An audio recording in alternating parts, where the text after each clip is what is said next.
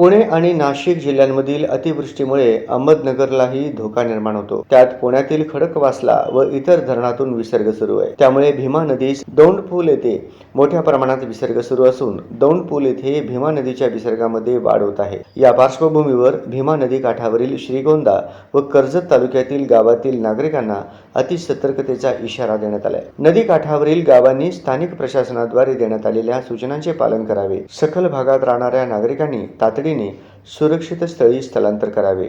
नदी, ओढे व नाल्याकाठच्या नागरिकांनी दक्ष राहावे. पाणी पातळीत वाढ होत असल्यास नागरिकांनी नदीपात्रापासून तसेच ओढे व नाले यापासून दूर राहावे व सुरक्षित स्थळी स्थलांतर करावे.